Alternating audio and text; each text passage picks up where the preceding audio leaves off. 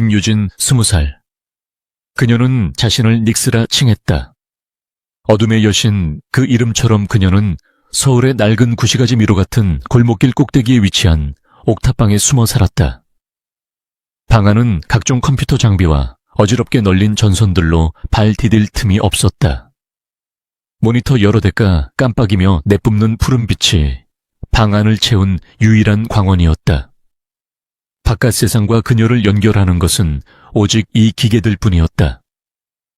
유진은 이 작은 디지털 왕국에서 익명의 존재로 살아가며 거대한 네트워크의 심해를 유영하는 천재 해커였다. 그녀의 삶은 두 가지로 나뉘었다. 하나는 닉스로서의 밤, 다른 하나는 아픈 어머니 한선희를 돌보는 딸로서의 낮이었다. 하지만 최근 어머니의 병세가 악화되면서 그 경계는 무의미해졌다. 눅눅한 공기가 떠도는 좁은 방 한쪽 낡은 요 위에 선희가 누워 얕은 숨을 내쉬고 있었다. 유진은 키보드를 두드리던 손을 멈추고 물에 적신 수건을 가져와 어머니의 이마에 얹었다. 선희의 마른 뺨을 닦아주며 유진은 모니터의 데이터 흐름보다 훨씬 더 복잡하고 두려운 감정에 휩싸였다. 그날 밤은 유독 거칠었다. 장마철의 폭우가 양철 지붕을 세차게 두드렸다. 마치 하늘의 구멍이라도 뚫린 듯한 소리였다. 바람은 낡은 창문을 흔들었고 틈새로 스며든 바람이 방 안의 온도를 더욱 떨어뜨렸다. 유진은 담요를 하나 더 가져와 어머니의 몸을 덮어주었다. 그때 끙끙 앓는 소리를 내던 선희가 희미하게 눈을 떴다. 그녀의 눈은 초점을 잃은 채 허공을 맴돌았고 열에 들떠 붉게 상기되어 있었다. 물 좀 줄래? 선희의 목소리는 쇠가 긁히는 것처럼 거칠었다. 유진은 재빨리 일어나 주전자에 담아둔 미지근한 물을 컵에 따랐다. 그녀는 조심스럽게 어머니의 상반신을 부축해 일으켰다. 선희는 물을 몇 모금 마시더니 다시 거친 숨을 몰아쉬었다. 유진은 그런 어머니를 안타깝게 바라보며 이 지독한 가난과 절망적인 상황을 저주했다. 그녀의 해킹 능력이라면 돈을 버는 것은 일도 아니었지만 어머니는 항상 정직하지 못한 돈을 거부했다. 선희는 딸의 손을 약하게 붙잡았다. 뼈마디가 도드라진 차가운 손이었다. 유진아, 그녀가 딸의 이름을 불렀다. 엄마, 왜 그래? 어디 더 아파? 유진은 가슴이 철렁 내려앉는 것을 느꼈다. 하지만 선희는 고개를 저었다. 그녀의 눈에 아주 잠시 과거의 총기가 돌아오는 듯했다. 그녀는 무언가 아주 중요한 말을 하려는 사람처럼 힘겹게 입을 열었다. 빗소리가 잠시 그들의 대화를 삼키는 듯했다. 그 사람 찾아야 해. 선희가 말했다. 열에 들뜬 목소리였지만 그 안에는 간절함이 배어 있었다. 유진은 순간 그 사람이 누구를 지칭하는지 몰라 미간을 찌푸렸다. 누구 의사 선생님 말하는 거야. 내가 내일. 아니. 선희가 딸의 말을 끊었다. 그녀는 딸의 손을 더 세게 잡았다. 내 아빠, 강지훈, 그 사람. 그 이름이 불린 순간 옥탑방 안의 공기가 얼어붙었다. 빗소리마저 멀리 달아나는 듯한 착각이 들었다. 유진의 표정이 차갑게 굳어졌다. 강지훈, 7년 전 어느 날 아침 홀연히 사라진 남자. 자신과 어머니를 이 지독한 가난 속에 버려둔 채 단 한 통의 연락도 없이 사라진 아버지라는 이름의 사람이었다. 유진에게 그 이름은 원망과 증오의 동의어였다. 엄마, 지금 제정신이야. 그 사람 이름을 왜 지금 와서 꺼내 죽었는지 살았는지도 모르는 사람을. 유진의 목소리에는 날카로운 가시가 돋쳐 있었다. 그녀는 어머니의 손을 뿌리치듯 놓았다. 아니야. 그 사람 그렇게 나쁜 사람 아니었어. 선희가 가쁜 숨을 몰아쉬며 변명하듯 말했다. 무슨 사정이 있었을 거야. 틀림없이 내가 만나서 물어봐야겠어. 선희의 눈에서 눈물이 흘러내렸다. 그 눈물은 유진의 가슴을 더욱 아프게 찔렀다. 사정 7년이야. 엄마 7년 동안 우리한테 무슨 사정이 있었는지 그 사람이 알기나 했겠어. 7년 동안 엄마가 어떻게 무너져 내렸는지 그 사람이 봤냐고. 유진은 자신도 모르게 소리를 질렀다. 유진은 자리에서 벌떡 일어났다.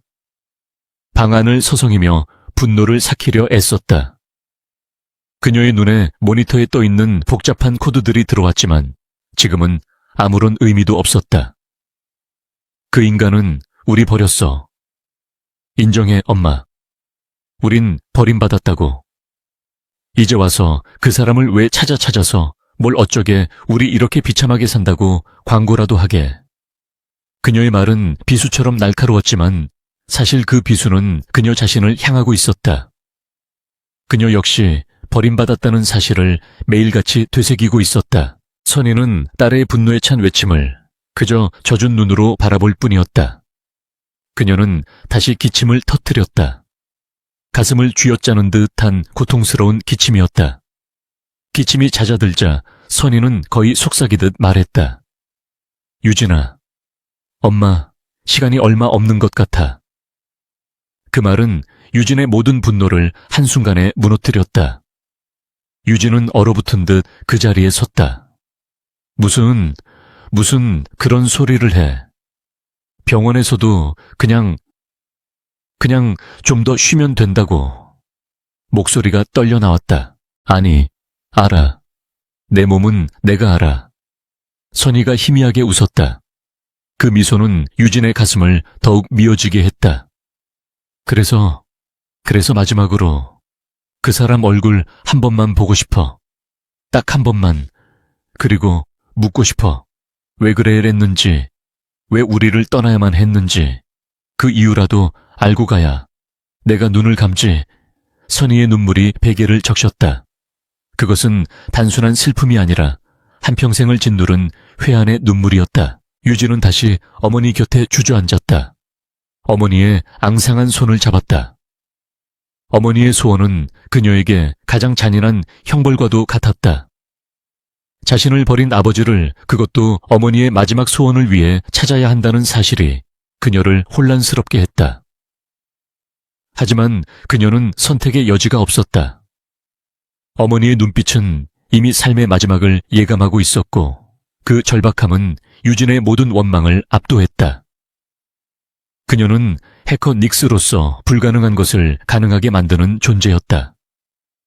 하지만 지금 그녀는 그저 딸 김유진일 뿐이었다. 알았어. 유진이 마침내 입을 열었다.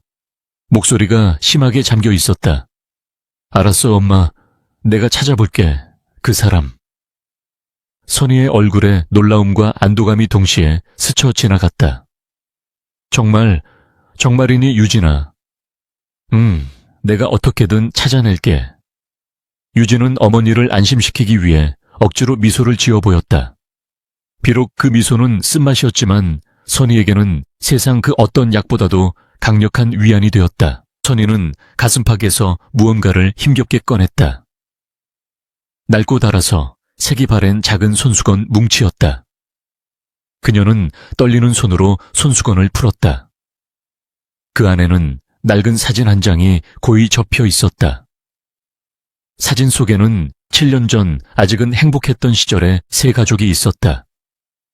젊은 시절의 선희와 어린 유진, 그리고 환하게 웃고 있는 남자 강지훈이었다.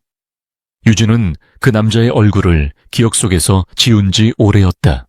이게 유일한 단서야.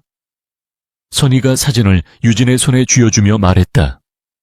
강지훈, 이름 석자하고 이 사진 한 장. 유진은 사진을 내려다보았다. 사진 속 남자는 자신을 닮은 듯도 전혀 다른 사람인 듯도 했다. 날카로운 눈매와 굳게 담은 입술. 하지만 그 미소는 어딘지 모르게 서늘한 구석이 있었다. 유진은 이 남자를 찾아야 한다는 사실에 속이 울렁거렸다. 유진은 조용히 자리에서 일어나 자신의 컴퓨터 앞에 앉았다. 그녀의 손가락이 다시 키보드 위를 날아다니기 시작했다. 하지만 이번에는 익명의 의뢰를 받아서가 아니었다. 그녀는 어머니의 마지막 소원을 위해 그리고 어쩌면 자신의 과거에 대한 해답을 찾기 위해 7년 전에 사라진 한 남자의 흔적을 쫓기 시작했다. 그녀의 눈빛은 닉스의 차가운 눈빛으로 돌아와 있었다. 하지만 그 차가움 속에는 뜨거운 분노와 슬픔이 함께 타오르고 있었다. 그녀는 먼저 강지훈이라는 이름을 대한민국 모든 공공 데이터베이스에서 검색하기 시작했다. 동명이인이 수백 수천 명 검색되었다. 유진은 사진 속 남자의 나이와 대략적인 특징을 기반으로 검색 범위를 좁혀나갔다. 하지만 그가 사라진 7년 전을 기점으로 사진 속 강지훈과 일치할 만한 인물의 기록은 거짓말처럼 존재하지 않았다. 마치 처음부터 그런 사람은 없었다는 듯이 유진의 미간이 좁혀졌다. 단순한 잠적이 아니었다. 이것은 의도적인 기록 말소였다. 누군가가 전문적인 기술을 동원해 그의 과거를 지워버린 것이었다. 유진은 직감적으로 이 일이 생각보다 훨씬 더 복잡하게 얽혀 있음을 깨달았다. 아마추어의 솜씨가 아니었다. 이것은 거대한 힘을 가진 자의 개입을 의미했다. 그녀의 심장이 빠르게 뛰기 시작했다. 분노 때문이기도 했지만 한편으로는 해커로서의 본능적인 호기심과 도전의식이 끓어오르는 것을 느꼈다. 유진은 잠시 눈을 감았다. 머릿속으로 흩어진 정보의 조각들을 꿰어 맞추기 시작했다. 7년 전 갑작스러운 실종, 완벽한 기록 삭제. 이것은 그가 스스로의 의지로 사라진 것이 아닐 수도 있다는 가정을 가능하게 했다. 혹은 누군가의 강요에 의해 자신의 과거를 완벽하게 세탁해야만 했을 수도 있다. 어느 쪽이든 그는 평범한 삶을 살고 있지 않을 것이 분명했다. 그녀는 다시 모니터를 바라보았다. 이번에는 그녀가 주로 활동하는 어둠의 경로, 즉 다크웹의 정보 브로커들에게 강지훈에 대한 정보를 흘렸다. 물론 그녀의 정체를 숨긴 채 익명의 의뢰인으로 위장했다.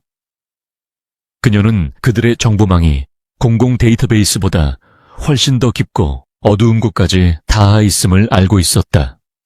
어쩌면 그곳에 7년 전 사라진 남자의 희미한 흔적이라도 남아있을지 모른다. 어머니는 어느새 다시 잠이 든 듯했다.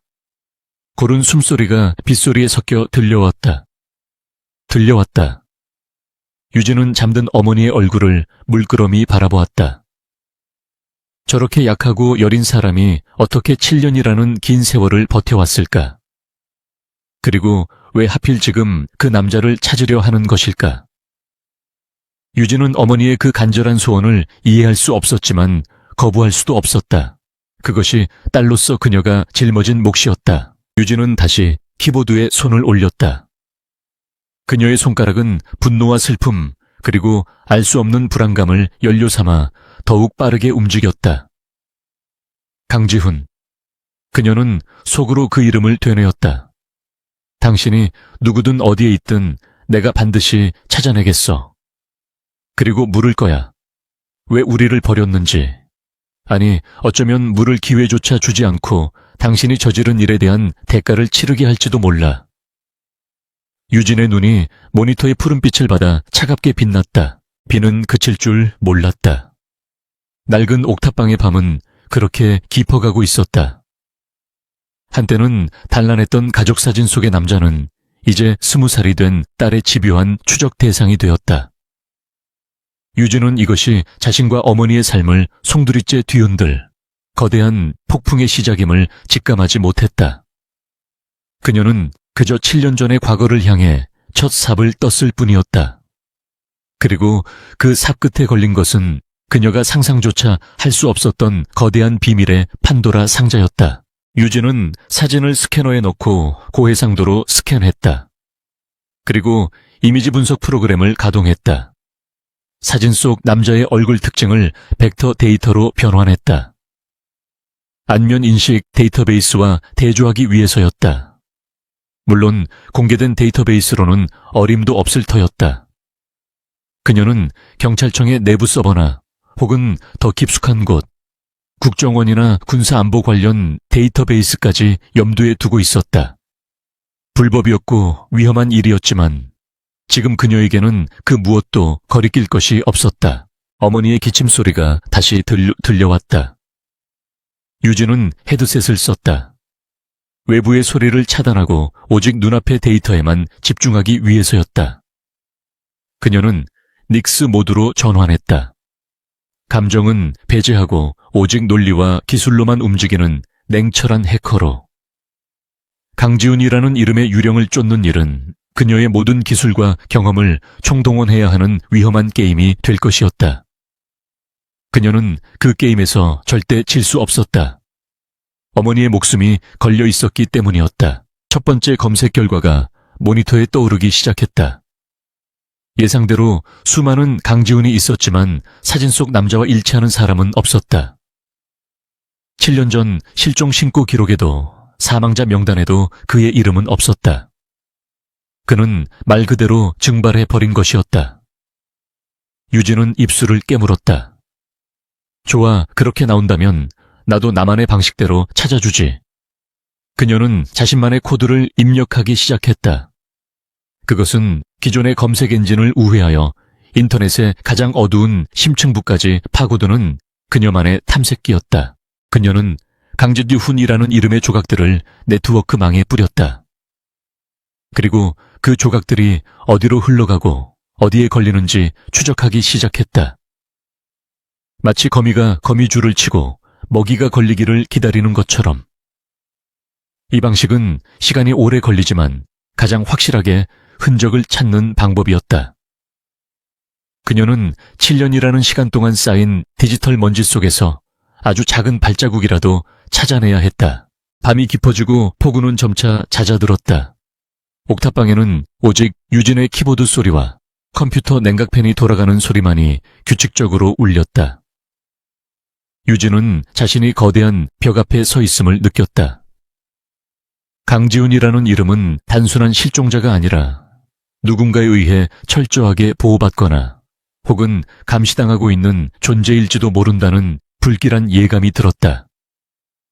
그녀는 이 벽을 넘어야 했다.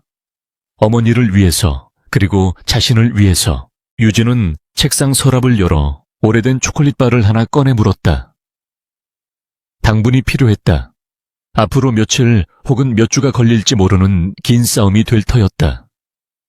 그녀는 모니터를 노려보며 다짐했다.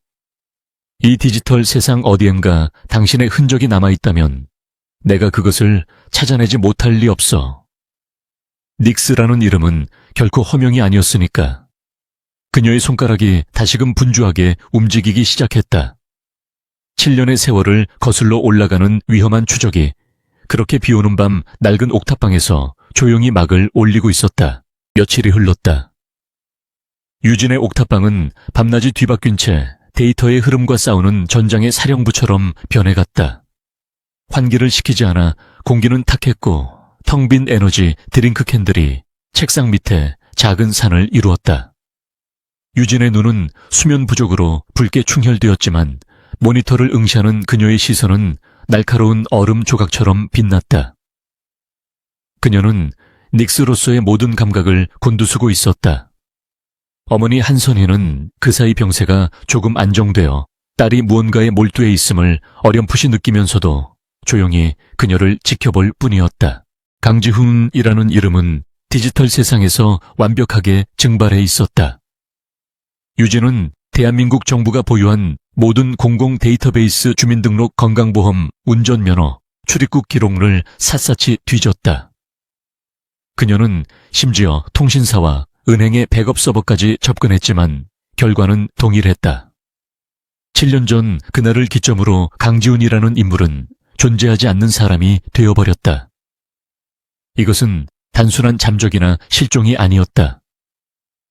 이것은 속어였다. 누군가가 의도적으로 그리고 막강한 힘을 동원해 한 사람의 존재 자체를 지워버린 것이다. 아마추어의 솜씨가 아니었다. 유진은 이 분야의 전문가였다. 그녀는 이렇게 깔끔한 데이터 삭제가 얼마나 어려운 일인지 잘 알고 있었다. 이것은 단순한 해커 한두 명이 할 수 있는 일이 아니었다. 정부기관 혹은 그에 준하는 거대한 조직에 비호가 있어야만 가능한 일이었다. 그녀의 가슴속에 묻어두었던 분노는 이제 차가운 호기심으로 변해가고 있었다.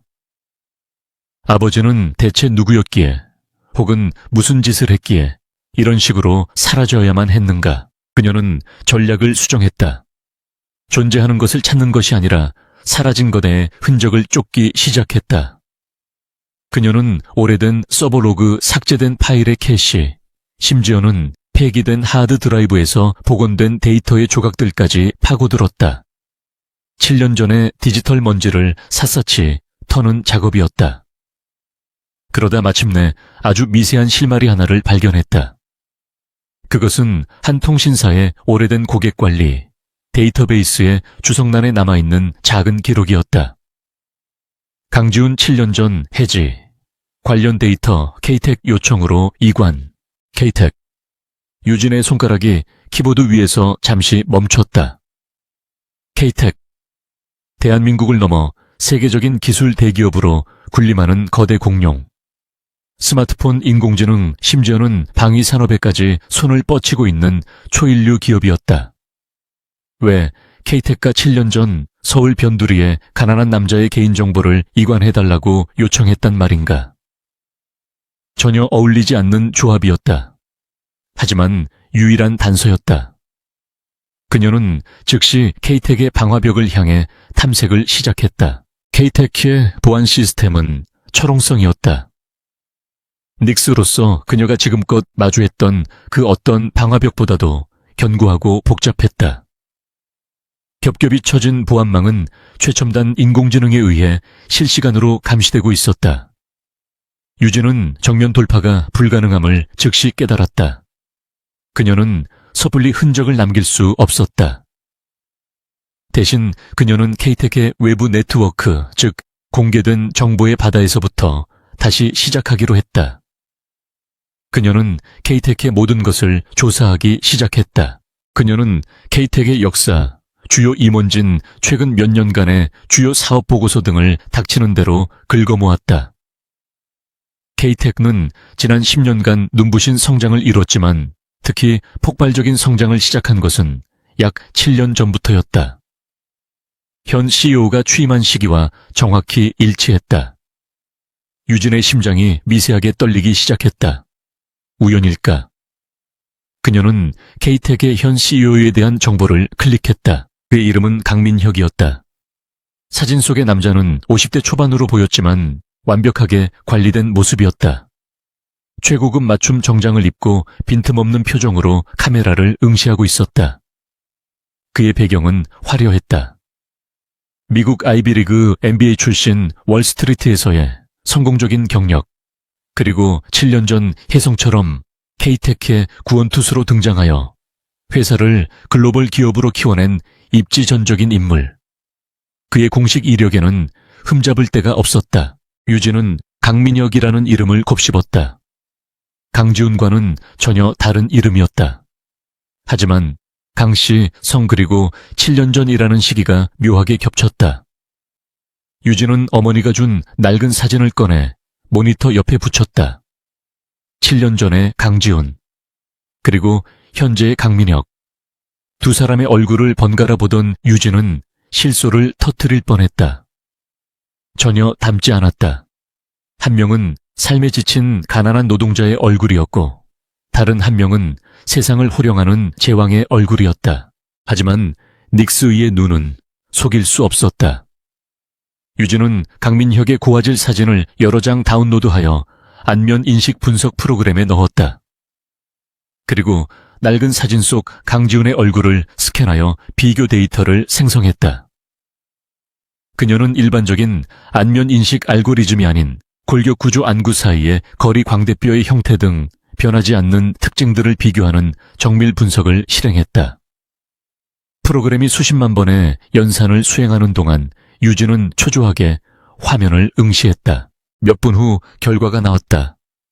일치 확률 9.8%. 유진은 자신의 눈을 의심했다.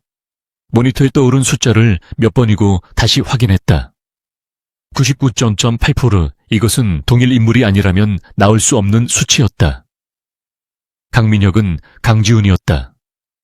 7년 전 사라진 그녀의 아버지가 대한민국에서 가장 영향력 있는 기업의 CEO가 되어 버젓이 살아가고 있었다. 유진은 숨이 막히는 듯한 충격에 휩싸였다. 그녀는 멍하니 강민혁의 사진을 바라보았다. 7년의 세월이 흐르긴 했지만 그 얼굴은 분명 아버지의 얼굴이었다. 하지만 모든 것이 달랐다. 낡은 점퍼 대신 값비싼 정장을 입었고 덥수룩했던 머리는 깔끔하게 정돈되었으며 무엇보다도 눈빛이 완전히 변해 있었다.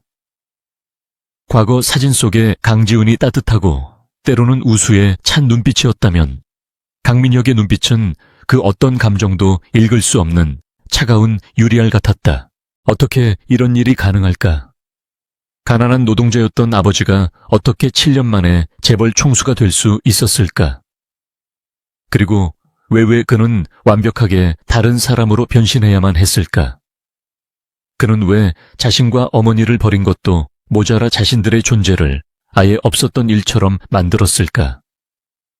수많은 의문이 유진의 머릿속을 헤집어 놓았다. 이것은 단순한 배신이 아니었다. 이것은 상상을 초월하는 거대한 기만이었다. 유진은 강민혁의 최근 동영상 파일을 찾아 재생했다. 케이테크의 신제품 발표회 영상이었다. 당당한 태도로 무대 위에 선 강민혁이 유창한 영어로 미래 비전을 역설하고 있었다.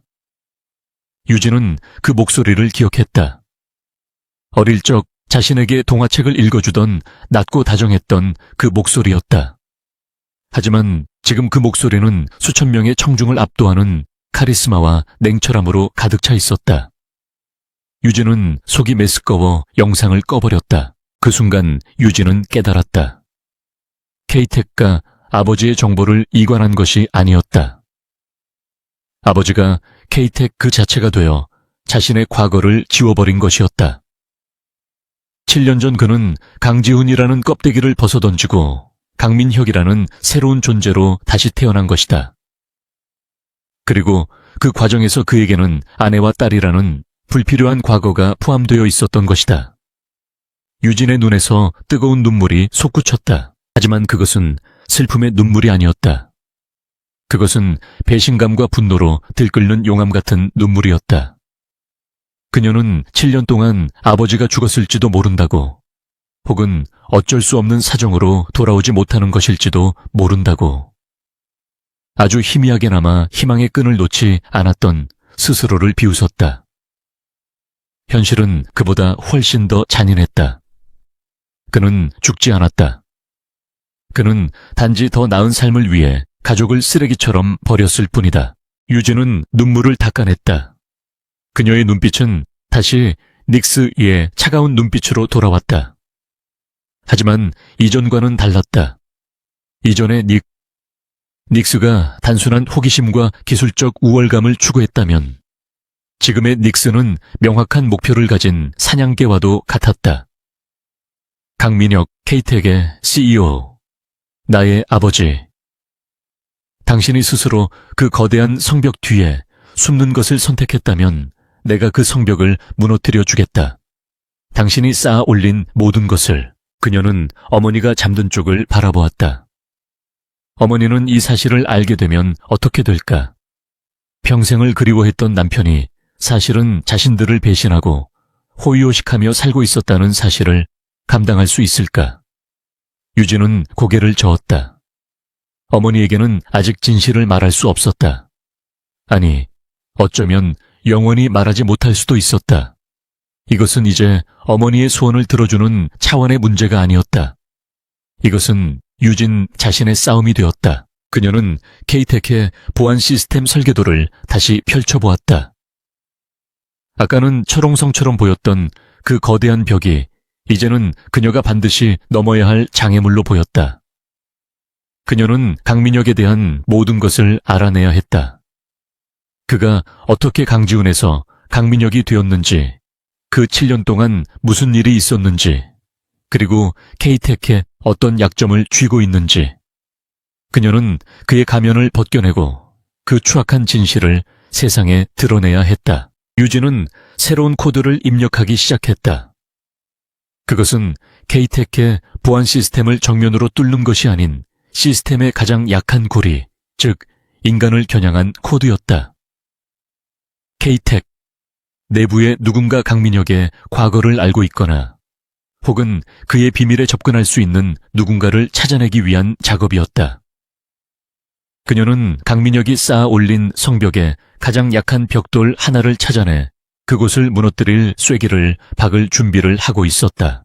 밤은 깊었고 옥탑방의 모니터 불빛은 그 어느 때보다도 밝게 타오르고 있었다. 한때는 아버지의 따뜻한 손길을 그리워했던 소녀는 이제 없었다. 그 자리에는 아버지를 향한 복수의 칼날을 가는 냉혹한 해커 닉스만이 남아있었다. 그녀의 목표는 K-텍의 심장부, 그리고 그곳에 앉아있는 CEO 강민혁이었다. 거대한 벽을 향한 그녀의 위험한 접근이 그렇게 조용히 시작되고 있었다. 김유진은 모니터에 떠오른 99.8%라는 숫자를 멍하니 바라보았다. 얼음물이라도 끼얹은 듯한 충격이 지나가자 그 자리를 차가운 분노가 채우기 시작했다. 강민혁이 강지훈이다. 이 사실은 이제 의심의 여지가 없었다. 하지만 그녀는 이성적으로 움직여야 했다. 단순한 안면인식 데이터로는 부족했다. 그를 법적으로 그리고 도덕적으로 올가맬 수 있는 결정적인 증거가 필요했다. 그가 어떻게 자신의 과거를 완벽하게 지웠는지 확인해야 했다. 그녀는 K-텍의 보안 시스템 설계도를 다시 펼쳤다. 거대하고 복잡한 그야말로 철옹성이었다. 정면으로 부딪히는 것은 자살 행위나 다름없었다. 그녀는 기업의 핵심 기밀이나 금융 정보를 노리는 것이 아니었다. 그녀가 필요한 것은 단 하나, 강민혁의 개인 기록, 구체적으로는 강지훈의 흔적이 남아있을 7년 전의 인사 파일이었다. 이런 자료는 보통 가장 중요한 서버가 아닌 오래된 아카이브 서버에 보관되어 있기 마련이다. 유진은 이것이 위험한 도박임을 알았다. K-텍의 보안팀은 세계 최고 수준이었다. 하지만 그녀는 닉스였다. 그녀는 자신의 기술을 믿었다. 그녀는 정면 돌파 대신 시스템의 가장 취약한 틈새를 노리기로 했다. 그녀는 이것을 첫 번째 도발이라 명명했다. 그들의 반응을 떠보고 동시에 자신이 원하는 정보를 빼내기 위한 조심스러운 침투. 그녀는 자신의 옥탑방을 디지털 전장의 지휘소로 바꾸었다. 유진은 몇 시간 동안 K-텍의 광대한 네트워크 지도를 분석했다. 그녀는 최근 K-텍에 인수된 작은 물류 자회사를 발견했다. 이런 M&A 과정에서는 항상 보안 공백이 발생하기 마련이었다. 두 개의 서로 다른 시스템이 통합되는 과정은 혼란스럽고 관리자들은 종종 임시 방화벽이나 테스트용 백도어를 열어두곤 했다.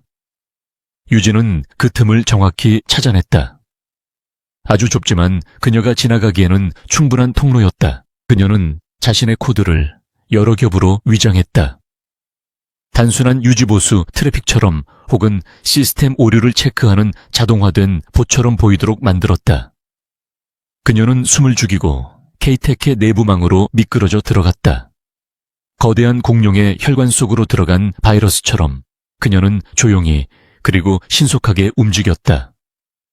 그녀의 목표는 중앙 서버가 아닌 먼지 쌓인 구석에 방치된 레거시 인사 데이터베이스였다. K-텍의 심장부 최첨단 보안 통제실. 거대한 스크린월이 빌딩 전체의 데이터 흐름을 실시간으로 보여주고 있었다. 그 방의 주인은 보안 총괄 이사 박태우였다. 야심에 차고 냉혹하기로 소문난 남자였다. 그는 K-텍의 보안 시스템을 단순한 방어벽이 아닌 공격적인 무기로 만들어낸 장본인이었다. 그는 자신의 시스템에 대한 병적인 자부심을 가지고 있었다. 그 순간 박태우의 개인 단말기에 조용한 경고등이 켜졌다. 대부분의 보안 요원들은 감지조차 못할 미세한 신호였다.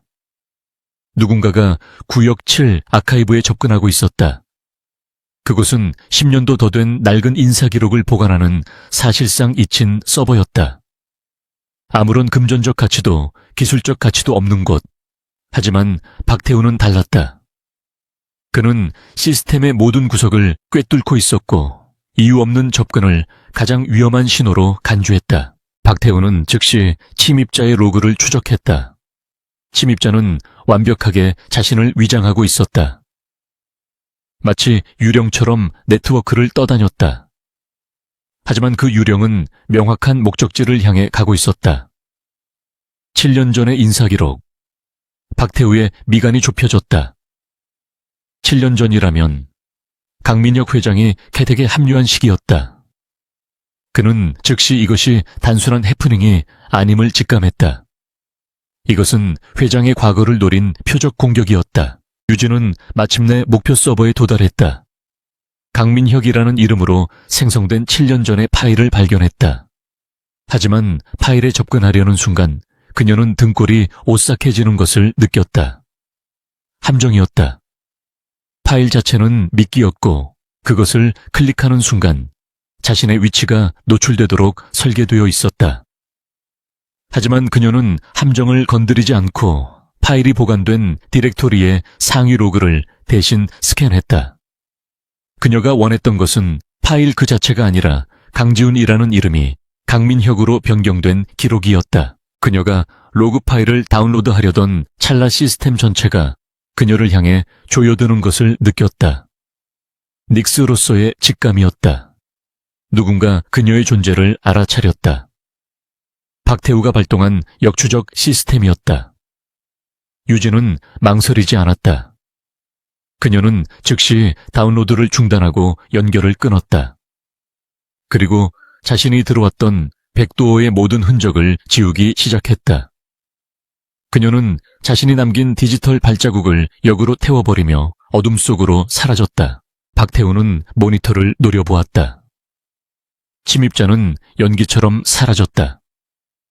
그가 설치한 추적 시스템은 텅 빈 더미 데이터만 물고 돌아왔다. 박태우는 책상을 주먹으로 내리쳤다.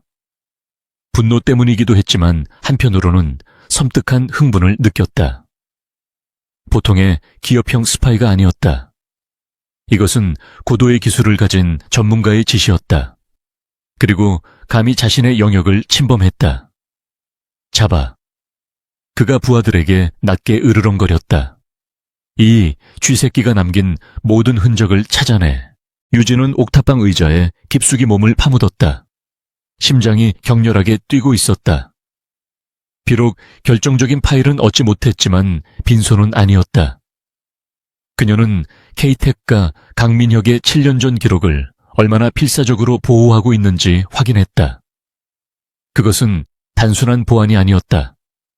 그것은 금기였다. 그녀는 방금 거대한 제국의 가장 민감한 영린을 건드린 것이다. 그리고 그들은 즉각 반응했다. 박태우는 이 사실을 즉시 보고해야 했다. 하지만 강민혁 회장에게 직접 보고할 수는 없었다. 회장의 과거와 관련된 문제는 언제나 단 한 사람을 통해서만 처리되었다. 케이테크의 실질적인 이인자이자 강민혁 회장의 아내, 그리고 케이테크를 상속받은 오너 가문의 딸, 부회장 최지수였다. 그녀는 케이텍의 모든 어두운 일과 비밀스러운 거래를 관장하는 얼음처럼 차가운 여왕이었다. 최지수의 집무실은 서울의 스카이라인이 한눈에 내려다 보이는 케이텍 타워 최상층에 있었다. 방 안은 어떤 감정도 느껴지지 않는 흰색과 회색으로만 꾸며져 있었다. 박태우는 꼿꼿한 자세로 서서 방금 일어난 침입 시도에 대해 보고했다. 그는 7년 전 인사 기록이라는 단어를 조심스럽게 꺼냈다. 최지수는 서류에서 눈을 떼지 않은 채 듣고 있었다. 그녀의 표정에는 어떤 변화도 없었다. 그래서 놓쳤다는 건가요? 박 이사, 최지수가 서류에 사인을 하며 무심하게 물었다. 그녀의 목소리는 맑았지만 그 안에 담긴 냉기는 박태우의 등줄기를 서늘하게 만들었다. 상대는 보통이 아니었습니다. 닉스라는 코드명을 쓰는 해커로 추정됩니다. 흔적을 완벽하게 지웠습니다. 박태우는 변명하듯 말했다. 닉스라는 이름은 이 바닥에서 전설처럼 떠도는 이름이었다. 실체는 없지만 그 능력만큼은 인정받는 유령.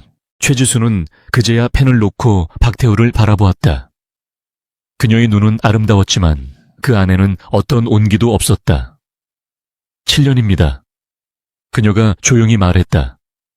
내가 이 완벽한 성을 쌓기 위해 7년을 공들였어요. 그런데 어디서 굴러먹던 쥐새끼 한 마리가 감히 내 정원의 구멍을 파려 해. 그녀의 목소리는 낮았지만 그 안에 담긴 분노는 방 안의 온도를 몇 도는 떨어뜨리는 듯했다. 그녀는 자리에서 일어났다. 통유리창 앞에 서서 서울의 야경을 내려다보았다. 강 회장은 몰라야 해요.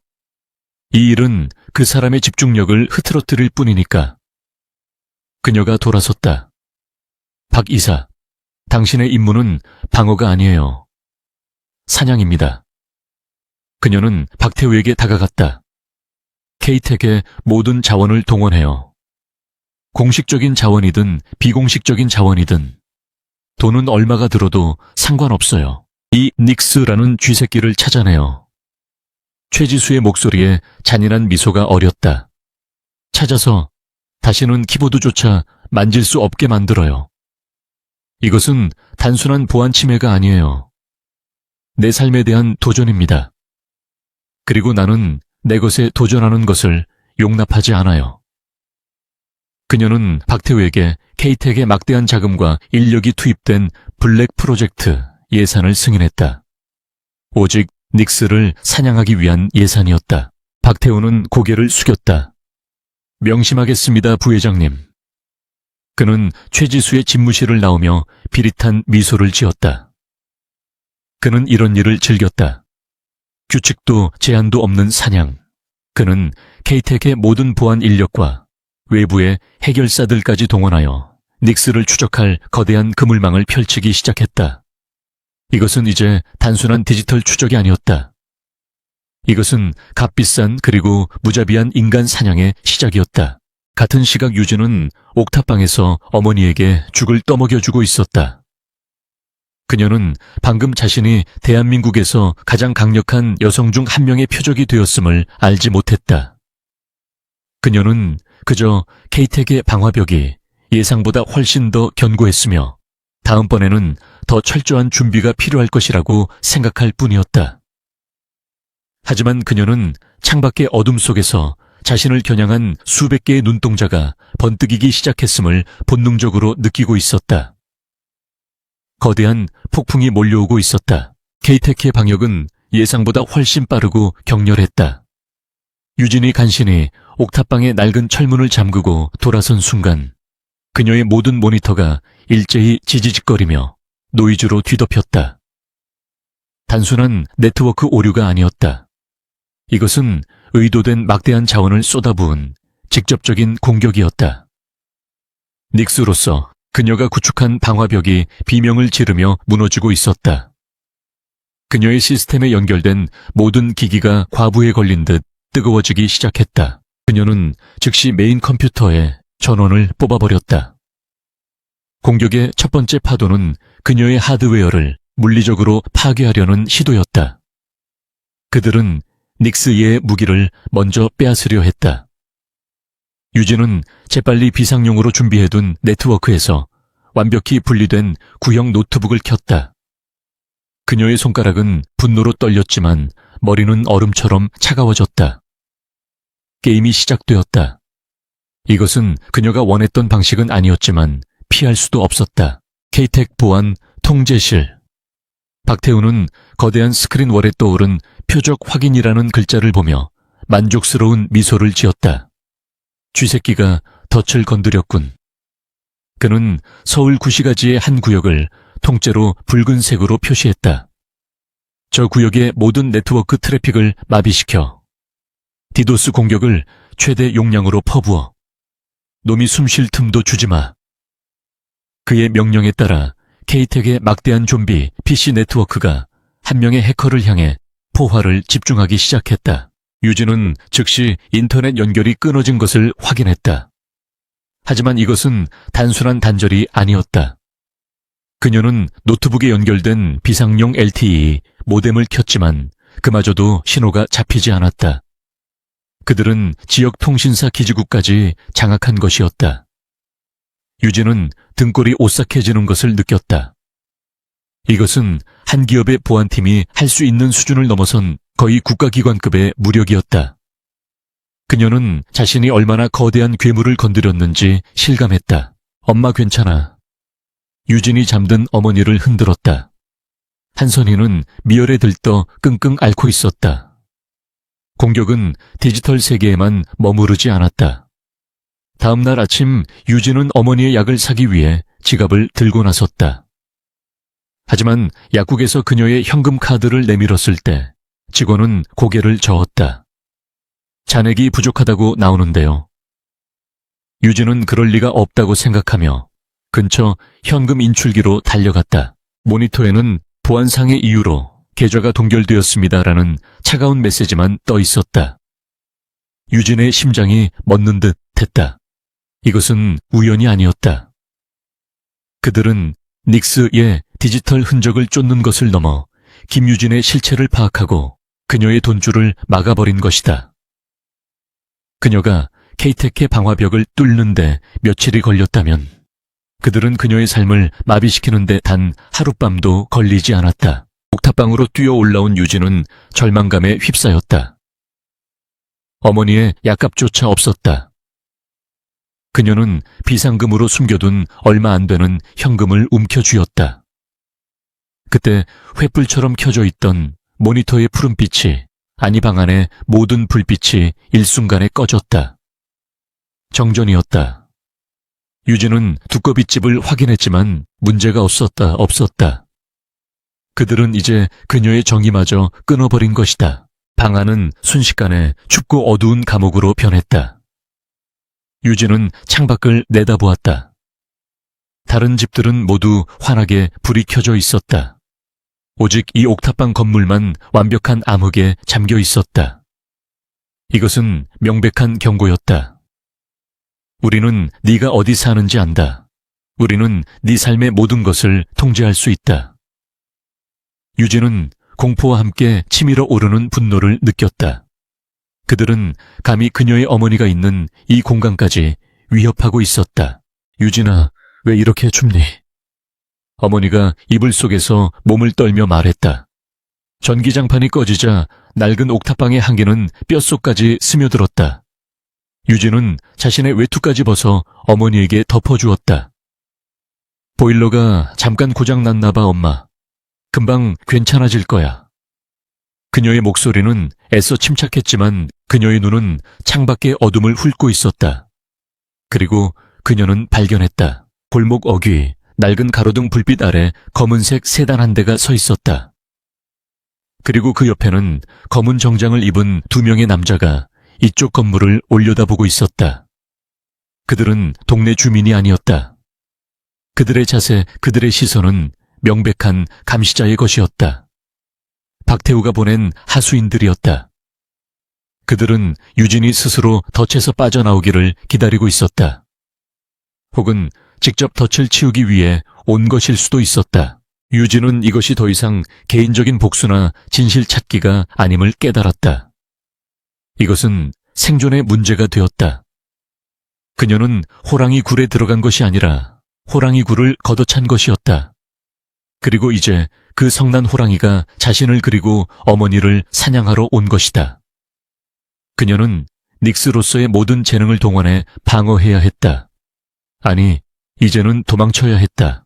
그녀는 남은 배터리로 간신히 버티고 있는 노트북을 열었다. 그녀는 이웃집의 취약한 와이파이 신호를 몰래 잡아당겼다. 케이텍가 이 지역 전체를 감시하고 있겠지만 이렇게 작고 약한 신호까지는 미처 신경 쓰지 못했을 수도 있었다. 그녀는 자신의 모든 디지털 흔적을 지우기 시작했다. 동시에 그녀는 닉스로서 마지막 발악을 준비했다. 그녀는 자신이 예전에 심어두었던 케이텍의 가장 바보 같고 눈에 잘 띄는 시스템, 방문객 안내용, 키오스크에 접근했다. 이것은 박태우의 정계보안팀이 관리하는 영역이 아니었다. 유진은 간단한 코드를 심었다. 그리고 서울 시내 수십 개의 케이텍 빌딩 로비에 설치된 거대한 스크린에 일제히 하나의 문구가 떠오르도록 만들었다. 강민혁 회장님, 7년 전 강지훈 씨를 기억하십니까? K텍 통제실은 발칵 뒤집혔다. 박태우는 자신의 모니터에 떠오른 그 문구를 보고 이성을 잃을 뻔했다. 이것은 해킹이 아니었다. 이것은 모욕이었고 선전포고였다. 저 쥐새끼가, 그는 소리를 질렀다. 당장 저 메시지 지워. 그리고 감시팀. 지금 당장 옥탑방으로 진입해 그년이 도망치기 전에 잡아. 그는 닉스의 도발에 완벽하게 걸려들었다. 유진은 그 소동이 일어나기를 기다렸다. 그녀는 가방 하나에 노트북과 하드 드라이브, 그리고 남은 현금을 쑤셔 넣었다. 그리고 다른 가방에는 어머니의 약과 최소한의 옷가지를 챙겼다. 그녀는 잠든 어머니를 흔들어 깨웠다. 엄마 일어나. 지금 당장 여길 떠나야 해. 한선희는 비몽사몽간에 딸의 다급한 손길에 이끌려 일어났다.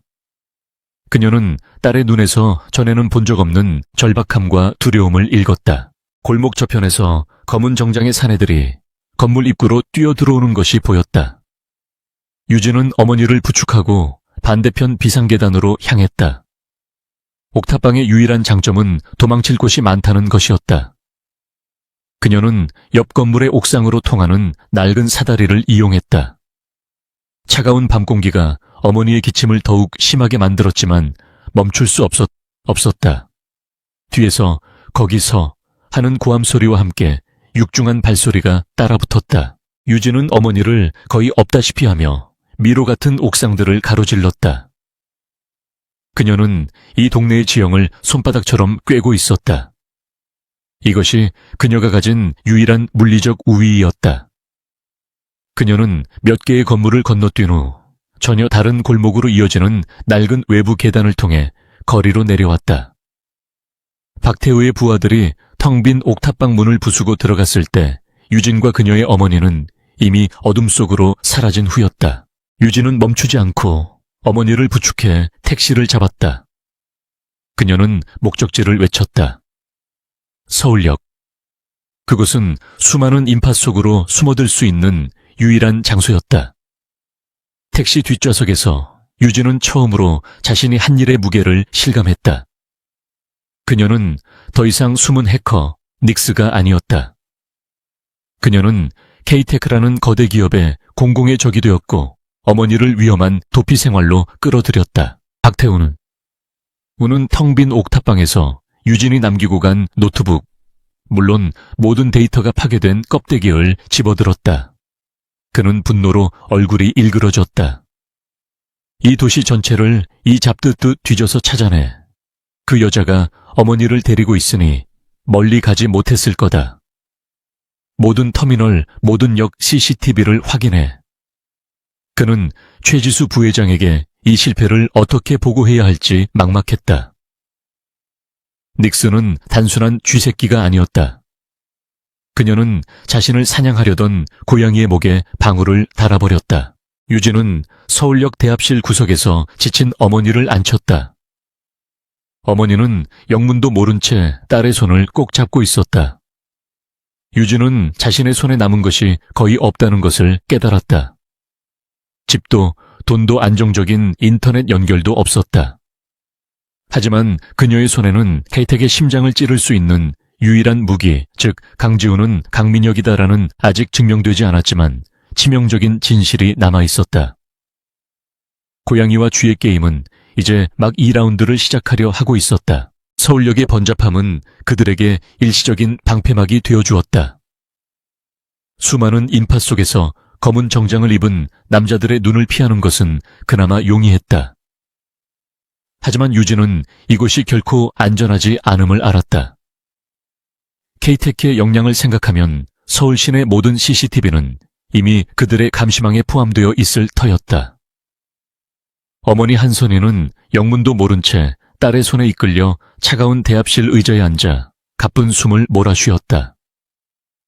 그녀의 병약한 몸은 옥탑방에서의 급작스러운 탈출로 인해 한계에 다다른 듯 보였다. 유진아, 우리 어디 가는 거니? 그 사람들은 누구고? 선희가 불안한 목소리로 물었다. 유진은 어머니의 떨리는 손을 꽉 잡았다. 엄마, 그냥 집주인이랑 문제가 좀 생겼어. 며칠만 다른 데 가 있자. 응. 그녀는 차마 진실을 말할 수 없었다. 자신이 대한민국 최대 기업 중 하나의 표적이 되었으며 그들로부터 도망치고 있다는 사실을 어머니가 알게 된다면 그 충격을 감당하지 못할 것이 분명했다. 유진은 주머니 속에 현금을 세어보았다. 옥탑방을 빠져나오기 직전 급하게 챙긴 비상금. 턱없이 부족했다. 이 돈으로는 제대로 된 숙소는커녕 당장의 끼니와 어머니의 약을 해결하기도 버거웠다. 그녀는 K텍과 자신의 모든 금융계좌를 막아버렸음을 상기했다. 그들은 자신을 굶겨 죽이려 혹은 스스로 굴복하게 만들려 하고 있었다. 박태우의 잔인하고 효율적인 방식이었다. 그녀는 더 이상 도망만 다닐 수 없다고 판단했다. 도망은 곧 패배였고 어머니의 죽음을 의미했다. 쥐가 궁지에 몰리면 고양이를 문다고 했다. 지금 유진이 바로 그 심정이었다. 그녀는 방어가 아닌 방역을 해야 했다. K텍의 거대한 성벽을 정면으로 공략할 수는 없었다. 하지만 그녀는 그들의 아킬레스건을 알고 있었다. 그것은 바로 강민혁이라는 이름 뒤에 숨겨진 강지훈의 과거였다. 유진은 어머니를 이끌고 서울역을 빠져나왔다. 그녀는 인파에 섞여 지하철을 타고 몇 번을 갈아탄 끝에 아무런 연고도 없는 구로구의 한 낡은 여관으로 향했다. CCTV가 거의 없고 신분 확인도 허술한 곳. 그녀는 남은 현금의 절반을 털어 가장 구석진 방을 잡았다.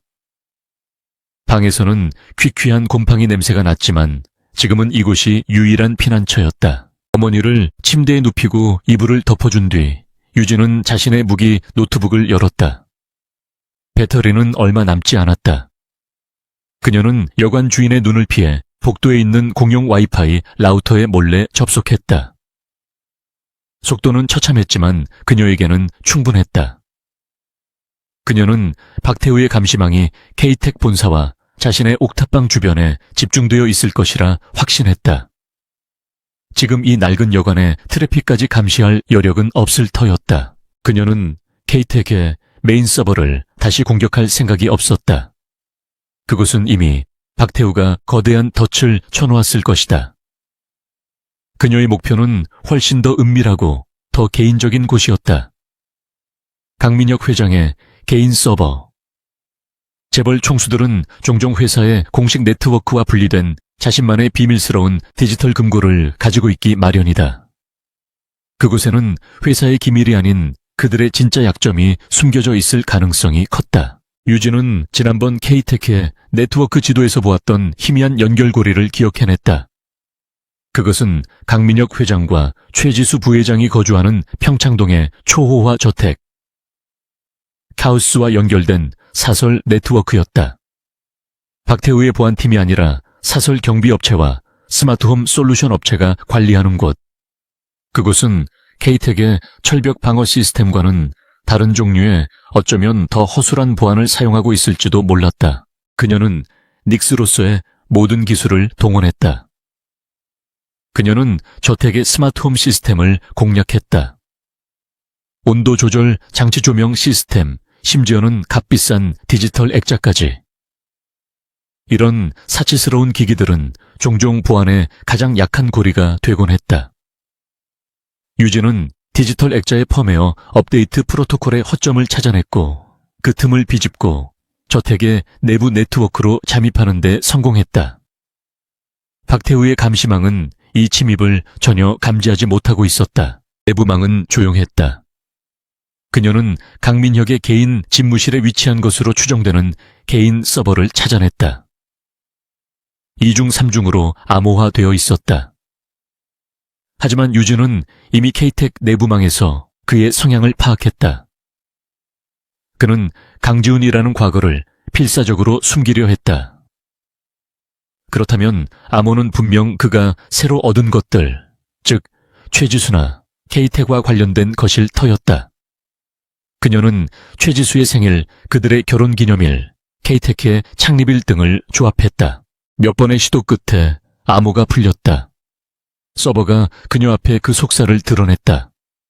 폴더들은 깔끔하게 정리되어 있었다. 대부분은 케이테크의 기밀 문서와 이사회 자료처럼 보였다. 하지만 유진의 눈길을 사로잡은 것은 레거시라는 이름의 이중으로 숨겨진 폴더였다.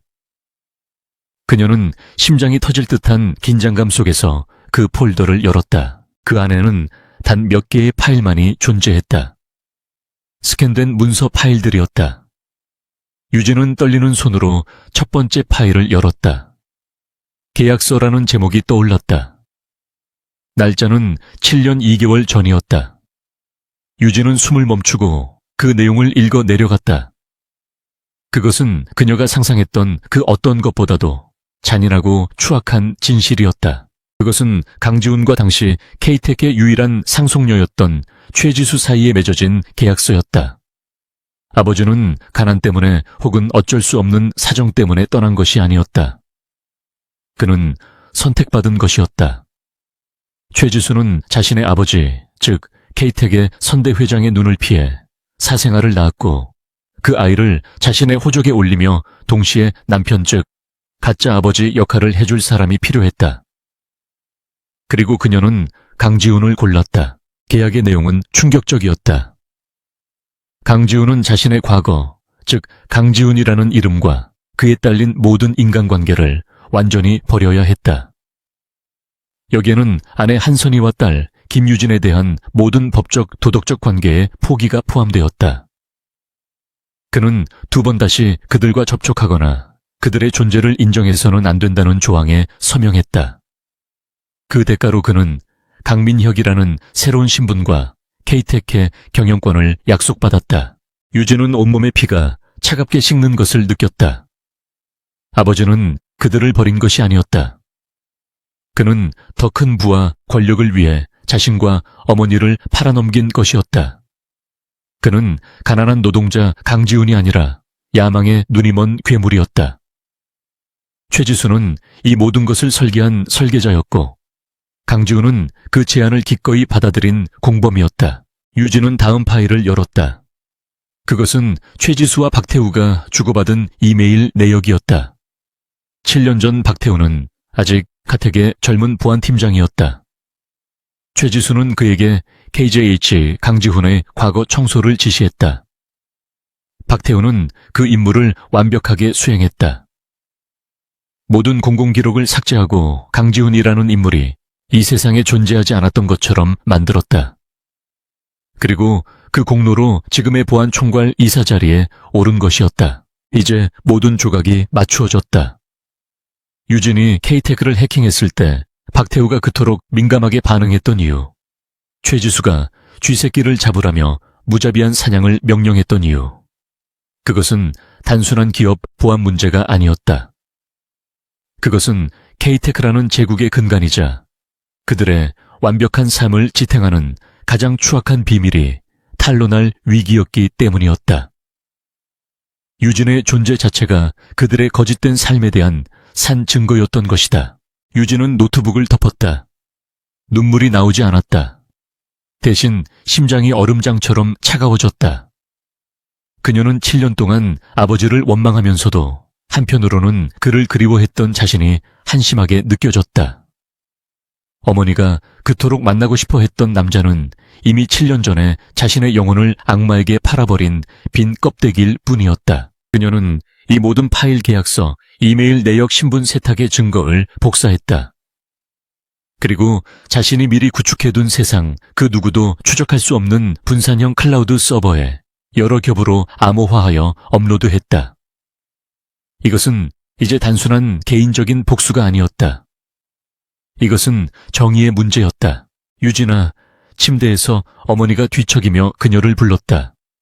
유진은 재빨리 표정을 갈무리하고 어머니에게 다가갔다. 왜 그래 엄마? 물 좀 줄까? 그녀는 따뜻한 물을 떠와 어머니에게 건넸다. 선희는 딸의 얼굴을 물끄러미 바라보았다. 무슨 안 좋은 일 있는 거지? 내 표정이 너무 안 좋아. 유진은 애써 미소를 지었다. 그녀는 어머니의 마른 손을 잡았다. 아니야, 엄마. 그냥 좀 피곤해서 그래. 이제 거의 다 끝났어. 그녀의 말은 진심이었다. 강지훈을 찾으려 했던 여정은 끝났다. 하지만 닉스의 진짜 전쟁은 이제부터 시작이었다. 그녀는 더 이상 도망치지 않을 것이다. 그녀는 자신이 손에 쥔 이 무서운 진실을 가지고 자신과 어머니의 삶을 짓밟은 자들에게 정면으로 맞서 싸울 것이다. 낡은 여관방의 희미한 전등 불빛 아래 20살 해커 소녀의 눈이 복수와 정의를 향한 차가운 불꽃으로 타오르고 있었다. 낡은 여관방의 공기는 유진의 분노만큼이나 차갑게 식어 있었다. 노트북 화면에 떠있는 계약서라는 단어는 그녀의 남은 모든 온기를 앗아갔다. 7년 동안 간직했던 어쩌면 일말의 희망이었을지도 모르는 버림받았다는 감정은 그보다 훨씬 더 추악한 결여되었다는 진실 앞에서 산산조각 났다. 눈물은 더 이상 나오지 않았다. 그 자리를 채운 것은 슬픔이 아니라 강철처럼 단단하고 얼음처럼 차가운 결이었다. 그녀는 더 이상 도망치는 피해자가 아니었다. 그녀는 곤히 잠든 어머니 한선희의 앙상한 뺨을 바라보았다. 저토록 여리고 약한 사람이 자신의 남편이 자신들의 삶을 통째로 팔아넘긴 대가로 호의호식하고 있다는 사실을 알게 된다면. 유진은 고개를 저었다. 어머니는 이 진실을 감당할 수 없을 것이다. 유진은 이제 어머니의 소원을 위해서가 아니라 어머니가 7년간 겪어야 했던 고통과 자신의 빼앗긴 과거에 대한 대가를 받아내기 위해 움직여야 했다. 이것은 복수이자 심판이었다. 유진은 자신이 확보한 파일들을 다시 검토했다. 강지훈과 최지수의 계약서 신분 세탁을 지시한 이메일. 이것만으로도 그들을 사회적으로 매장시킬 수는 있었다. 하지만 K테크라는 거대 제국은 언론을 통제할 힘이 있었다. 그들은 이 모든 것을 조작된 음해라고 몰아붙일 수 있었다. 그녀에게는 언론이 아닌 법의 칼날이 필요했다. 그리고 그 칼날을 휘두를 수 있는 오염되지 않은 손이 필요했다. 그녀는 박태우와 최지수가 7년 전 그 청소 작업 이후 어떻게 그들의 권력을 유지해왔는지 궁금해졌다. 이토록 거대한 비밀을 공유한 자들은 필연적으로 더 많은 불법과 부패로 얽혀있기 마련이었다. 유진은 강민혁의 개인 서버에서 확보한 데이터 속 레거시, 폴더 옆에 있던 다른 암호화된 파일들을 다시 들여다보았다. 이번에는 강지훈이 아닌 박태우와 최지수의 흔적을 쫓았다.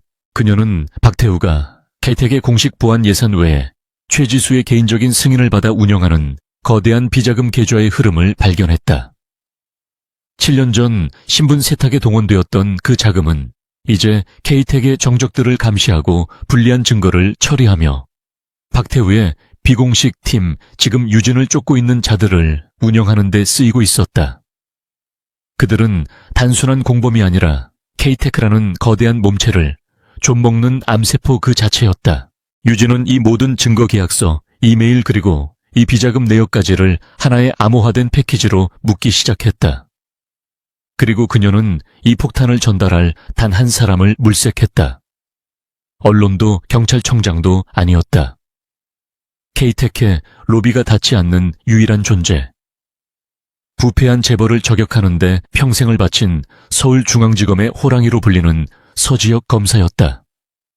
그는 그 어떤 타협도 하지 않는 인물로 유명했다. 그녀가 서지혁 검사의 익명 제보 서버 주소를 찾아내고 마지막 파일 정리를 하던 바로 그 순간이었다. 여관의 형편없는 와이파이 신호가 잠시 끊겼다가 다시 연결되었다. 유진의 등줄기에 소름이 돋았다. 닉스로서의 본능적인 감각이 위험을 경고했다. 그녀는 즉시 노트북으로 여관의 빈약한 보안 시스템을 스캔했다. 누군가 밖에서 여관의 메인 라우터를 스캔하고 있었다. 그들이었다. 박태우의 개들이 그녀의 냄새를 맡은 것이다. 그녀는 자신이 저지른 실수를 깨달았다. 어머니의 약을 사기 위해 잠시 나갔을 때 여관 근처에 약국 CCTV에 찍혔을 것이다. 혹은 이 낡은 여관 주인이 얼마 안 되는 돈에 넘어가 투숙객 명단을 넘겼을 수도 있었다. 이유가 무엇이든 그들은 이 건물을 특정했다. 도망칠 시간은 없었다. 어머니의 상태로는 더 이상 옥탑방에서처럼 기동성 있게 움직일 수 없었다. 그녀는 여기서 싸워야 했다. 엄마 일어나. 지금부터 내가 무슨 말을 하든 놀라면 안 돼. 유진이 자고 있던 어머니를 흔들어 깨웠다. 한선희는 딸의 얼음장 같은 손과 비장한 표정에 잠이 확 달아났다. 유진아, 무슨 나쁜 사람들이 우리를 찾으러 왔어. 하지만 괜찮아. 내가 다 해결할게. 유진은 어머니를 침대 구석문에서 가장 먼 곳으로 밀어붙이고 이불을 덮어주었다. 그녀는 낡은 여관방을 디지털 요새로 만들기 시작했다. 그녀에게는 화려한 장비가 없었다. 하지만 그녀에게는 닉스의 두뇌가 있었다. 그녀는 여관의 내부 네트워크를 완전히 장악했다. 그녀는 복도에 설치된 저화질 CCTV 화면을 자신의 노트북으로 돌려놓았다. 검은 정장을 입은 남자 넷이 1층 로비에서 여관 주인에게 돈을 건네며 무언가를 묻고 있었다. 그들은 곧장 이 방 3급 4호로 향할 것이다. 유진은 두 가지를 동시에 해야 했다. 첫째, 서지역 검색에 증거 파일을 전송하는 것. 둘째, 저 괴물들로부터 어머니와 자신을 지키는 것.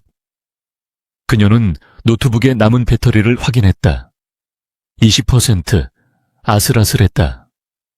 그녀는 전송 버튼을 눌렀다. 거대한 데이터 덩어리가 여관의 느린 와이파이를 타고 서울중앙지검의 서버를 향해 힘겹게 기어가기 시작했다. 업로드 예상시간 10분. 그녀에게는 10분이 필요했다. 육중한 발소리가 복도를 울렸다. 그들은 엘리베이터 대신 계단을 이용했다. 전문가의 움직임이었다. 유진은 여관의 낡은 전자식 도어락 시스템에 코드를 심었다. 그리고는 방문 앞에 놓인 작은 테이블로 문을 막아섰다. 완벽한 방어는 불가능했지만 시간을 벌 수는 있었다. 쾅, 쾅, 쾅. 문을 두드리는 소리가 아니라 거의 부수려는 듯한 충격이었다. 김유진 씨 안에 있는 거 다 압니다. 조용히 문 여시죠. 다치기 싫으면. 박태우의 하수인이었다. 유진은 대답하지 않았다. 그녀의 눈은 오직 업로드 진행률 표시줄에 고정되어 있었다. 25%, 젠장, 문 열어. 남자가 소리쳤다. 그들이 마스터키를 사용하는 소리가 들렸다. 유진은 그 순간을 기다렸다. 남자가 키카드를 대는 순간 유진은 엔터키를 눌렀다. 그녀가 심어둔 코드가 발동했다. 3급 4호의 도어락뿐만 아니라 3층 복도 전체의 모든 전자식 도어락이 동시에 먹통이 되어버렸다. 삑 하는 소리와 함께 3급 4호의 문은 완벽하게 잠겨버렸다. 이게 뭐야? 밖에서 당황한 목소리가 들려왔다. 그들이 문을 어깨로 밀치기 시작했다. 부손 유진은 노트북을 들고 침대 구석으로 물러났다. 업로드 40%는 엄마 귀마가 유진이 소리쳤다. 동시에 그녀는 여관의 화재 경보 시스템을 해킹했다. 그녀는 3급 4호가 아닌 바로 위층인 4층 전체에 화재 경보기를 울렸다. 비비 귀청이 떨어질 듯한 경보음이 건물 전체를 울렸다. 혼란을 극대화하기 위해서였다. 다른 방의 손님들이 비명을 지르며 복도로 뛰쳐나오기 시작했다. 젠장, 이게 무슨 소리야? 문 밖의 남자들이 동요했다.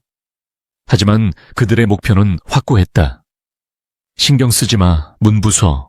쾅, 마침내 낡은 나무 문이 병첩 일부가 부서지며 안으로 기울어졌다.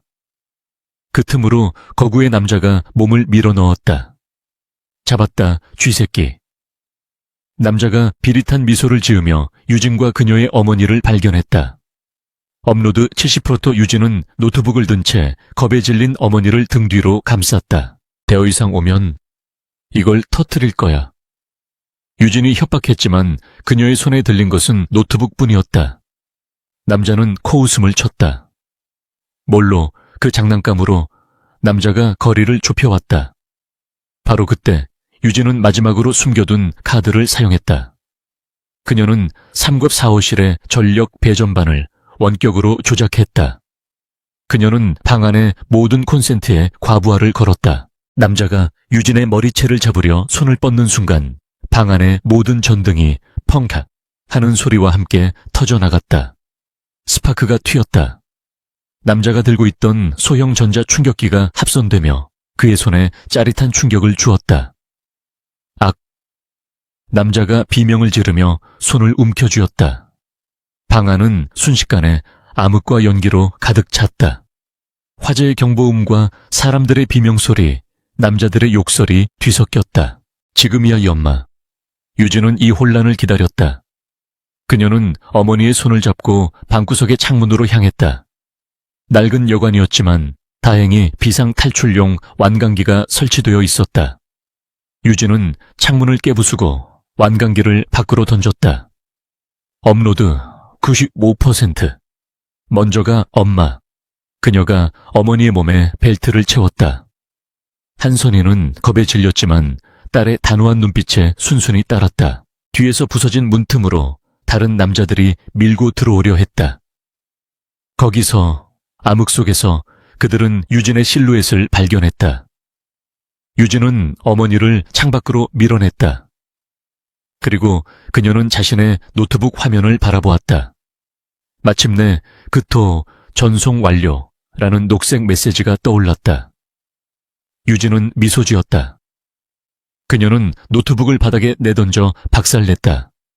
이제 더 이상 닉스의 무기는 필요 없었다. 그녀는 지체 없이 완강기에 매달려 3층 아래로 활강했다. 그녀가 땅에 발을 딛는 순간 여관 앞에는 화재 경보를 듣고 출동한 소방차와 경찰차의 사이렌 소리가 요란하게 울려 퍼지기 시작했다. 박태우의 하수인들은 혼비백산하여 경찰을 피해 뒷문으로 도망쳐야 했다. 그들은 김유진을 잡는 데는 실패했고 자신들의 존재만 노출시킨 꼴이 되었다. 한편 서울중앙지검 서지혁 검사의 사무실. 늦은 밤까지 서류에 파묻혀 있던 그의 보안 단말기에 조용한 알림이 떴다. 익명 제보 수신. 그는 대수롭지 않게 파일을 열었다. 그리고 그의 눈은 점점 커졌다. K테크 CEO 강민혁의 7년 전 계약서. 최지수의 지시가 담긴 이메일. 거액의 비자금 내역. 호랑이의 눈이 사냥감을 발견한 듯 번뜩였다. 그는 즉시 비상수사팀을 소집했다. 거대한 성을 무너뜨릴 폭탄은 이제 안전하게 법의 손에 쥐어졌다. 여관 뒷골목의 축축한 어둠 속에서 유진은 어머니 한선희를 부축했다. 멀리서 울리는 사이렌 소리가 마치 이 도시 전체가 비명을 지르는 것처럼 들렸다. 화재 경보와 경찰차의 소음이 뒤섞여 아수라장이 된 여관을 뒤로하고 두 사람은 절박하게 어둠 속으로 숨어들었다. 한선희는 낡은 여관의 3층에서 뛰어내린 충격과 공포로 거의 정신을 잃은 상태였다. 그녀의 거친 기침 소리가 유진의 가슴을 찢어놓았다. 유진은 자신이 저지른 일의 무게를 절감했다. 어머니를 살리기 위해 시작한 일이었지만 결국 어머니를 가장 위험한 사지로 몰아넣은 꼴이 되었다. 그녀는 남은 현금을 모두 털어 지나가는 택시를 세웠다.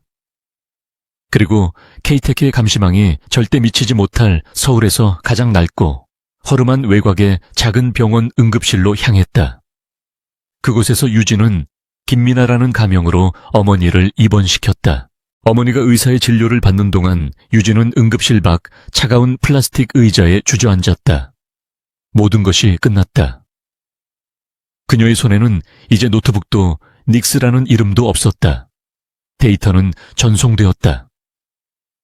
그녀는 이제 자신이 할 수 있는 일이 아무것도 없다는 무력감과 동시에 모든 것을 터뜨려버렸다는 기묘한 해방감에 휩싸였다.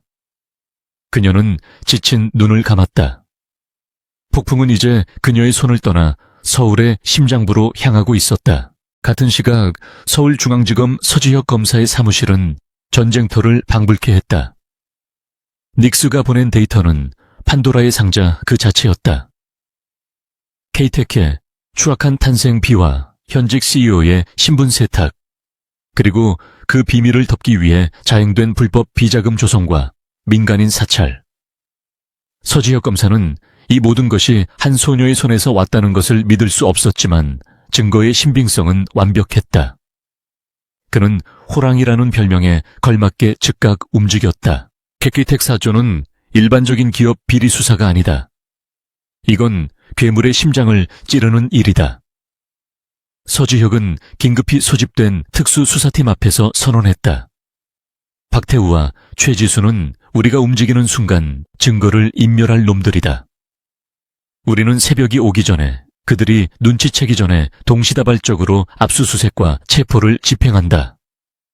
단 하나의 실수도 용납하지 않는다. 그의 목소리에는 케이테크라는 거대 골리앗을 향한 다윗의 결의가 서려 있었다. 새벽 5시 케이텍 타워의 불이 꺼지지 않는 보안 통제실. 박태우는 닉스를 놓쳤다는 사실에 분노하며 밤을 새우고 있었다. 그가 옥탑방과 여관에서 회수한 빈 껍데기뿐인 노트북을 노려보고 있을 때 통제실의 강화 유리 문이 열리며 검은 정장의 검찰 수사관들이 쏟아져 들어왔다. 서울중앙지검입니다. 불법 사찰 및 증거 인멸 혐의로 박태우 이사를 긴급 체포합니다.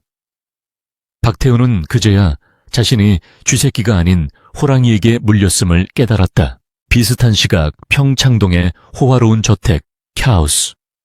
최지수는 박태우의 실패를 보고받고 막 변호사에게 전화를 걸려던 참이었다. 그녀는 여전히 자신이 상황을 통제할 수 있다고 믿었다. 하지만 검찰은 그녀의 오만함보다 한 수 위였다. 최지수 부회장 7년 전 강지훈 씨와의 계약서 그리고 비자금 조성 혐의로 체포합니다. 그녀는 강지훈이라는 이름이 나오자 처음으로 얼음 같던 표정에 균열이 가는 것을 숨기지 못했다. 그날 아침 대한민국은 발칵 뒤집혔다. 모든 뉴스의 헤드라인은 케이텍 스캔들로 도배되었다.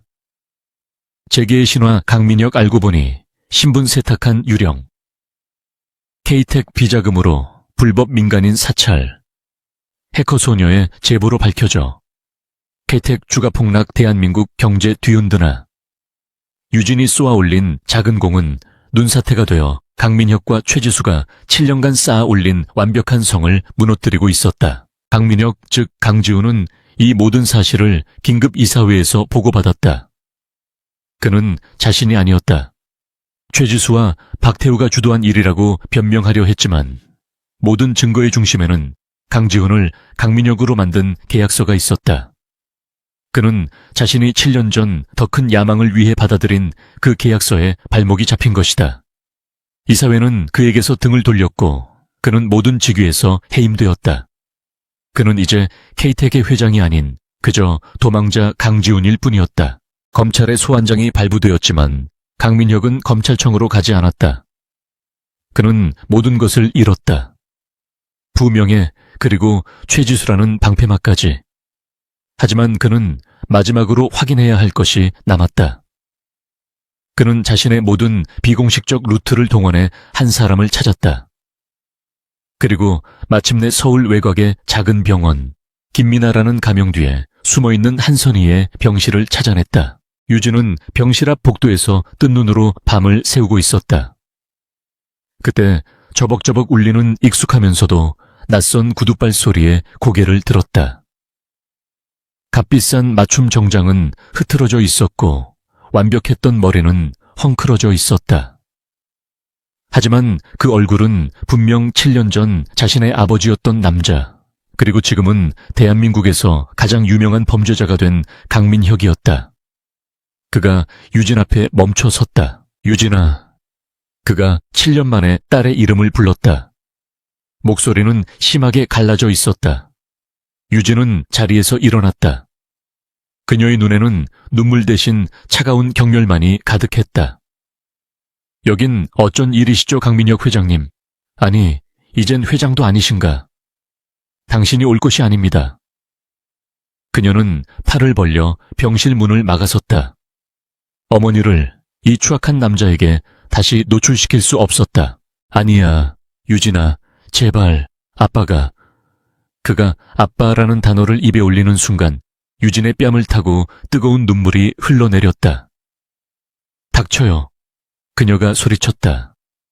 당신이 그 이름을 입에 올릴 자격이 있어. 당신이 7년 전에 우리를 팔아넘긴 그 순간 내 아버지는 죽었어. 당신은 그냥 내 어머니의 마지막 희망까지 짓밟은 괴물일 뿐이야. 병실 안에서 소란을 들은 한선희가 힘겹게 몸을 일으켰다. 유진아, 무슨 일이니? 그리고 그녀는 열린 문틈으로 그 남자를 보았다. 7년을 그리워하고 7년을 원망했던 그 얼굴. 지훈, 씨. 그녀의 목소리는 신락같이 떨렸다. 강민혁은 유진의 저지를 뿌리치고 병실 안으로 들어섰다. 그는 앙상하게 마른 채 산소 호흡기에 의지하고 있는 선희의 모습에 그대로 무너져 내렸다. 그는 선희의 침대맡에 무릎을 꿇었다. 선희야, 선희야, 나야, 내가 잘못했어. 그가 7년 만에 처음으로 눈물을 터뜨렸다. 그것은 후회와 죄책감, 그리고 돌이킬 수 없는 과거에 대한 절망의 눈물이었다. 그는 자신이 버린 것들이 자신이 얻은 것들보다 얼마나 소중했는지 이제야 깨달은 것이다. 한선희는 앙상한 손을 들어 강민혁의 뺨을 어루만지려 했다. 하지만 그녀의 손은 허공에서 멈췄다. 그녀는 모든 뉴스를 보았다. 그녀는 진실을 알았다. 왜 그랬어요? 그녀가 물었다. 우리가 그렇게 짐이었어요, 내가. 유진이가 당신의 성공에 그렇게 방해가 됐어요. 그녀의 눈에서 눈물이 흘렀다. 그것은 원망이 아닌 7년의 세월을 통째로 부정당한 여자의 슬픔이었다. 강민혁은 아무 대답도 하지 못했다. 미안해. 미안하다. 는 말만 되풀이할 뿐이었다. 유진은 그 모습을 차갑게 바라보고 있었다. 엄마, 유진이 낮은 목소리로 말했다. 이 사람이 엄마가 찾던 그 사람이야. 이제 소원 풀었어. 한선희는 강민혁을 바라보던 시선을 거두고 딸 유진을 바라보았다. 그리고 희미하게 고개를 저었다. 아니, 내가 찾던 사람은 이 사람이 아니었어. 그 한마디가 강민혁에게는 사형 선고와도 같았다. 그 순간 병실 문이 거칠게 열리고 검찰 수사관들이 닥쳐왔다. 강민혁 씨 신분 도용 및 배임 횡령 혐의로 체포합니다. 강민혁은 더 이상 저항하지 않았다. 그는 수갑이 채워진 채 마치 영혼이 빠져나간 사람처럼 수사관들에게 끌려나갔다. 그는 마지막으로 유진을 돌아보았지만 유진은 이미 그에게서 시선을 거둔 후였다. 모든 폭풍이 지나가고 몇 달이 흘렀다. 대한민국을 뒤흔들었던 KTX 스캔들은 강민혁, 최지수, 박태우를 포함한 관련자 전원이 중형을 선고받는 것으로 막을 내렸다. KTEC는 전문 경영인 체제로 바뀌어 대대적인 구조조정에 들어갔다. 유진은 서지혁 검색에 닉스로서의 마지막 선물을 보냈다. 그녀가 KTEC에서 빼낸 비자금 내역을 이용해 그 돈이 사회에 환원될 수 있도록 도운 것이다. 유진은 서울을 떠났다. 그녀는 어머니 한선희와 함께 바다가 보이는 남쪽의 작은 마을에 정착했다. 어머니의 병세는 기적적으로 호전되지는 않았지만 더 이상 악화되지도 않았다. 7년간 그녀를 짓눌렀던 마음의 병이 사라졌기 때문일지도 몰랐다. 유진은 더 이상 닉스로 살지 않았다. 그녀는 김유진이라는 이름으로 작은 도서관의 전산 관리자로 일하며 평범한 20살의 삶을 살기 시작했다. 어느 날 저녁 유진은 어머니와 함께 붉게 물드는 노을을 바라보고 있었다. 엄마 후회 안 해? 유진이 물었다. 그냥 모른 척하고 살았으면 엄마는 계속 그 사람을 좋은 추억으로 간직했을지도 모르잖아. 한선희는 딸의 손을 잡았다. 아니, 진실을 아는 건 아프지만 그래도 알아야 했어. 그리고 엄마는 너만 있으면 돼. 두 사람은 말없이 서로를 껴안았다. 같은 시각 서울 구치소의 독방. 죄수복을 입은 강지훈이 창밖의 작은 하늘을 바라보고 있었다. 그는 이제 강민혁이 아니었다. 그는 모든 것을 잃고 나서야 7년 전 자신이 버렸던 이름 강지훈으로 돌아왔다. 그의 손에는 낡고 색이 바랜 사진 한 장이 들려 있었다. 한때는 행복했던 세 가족의 사진. 그는 사진 속 어린 유진의 웃는 얼굴을 보며 소리 없이 눈물을 흘렸다. 그것이 그가 치러야 할 대가의 시작이었다.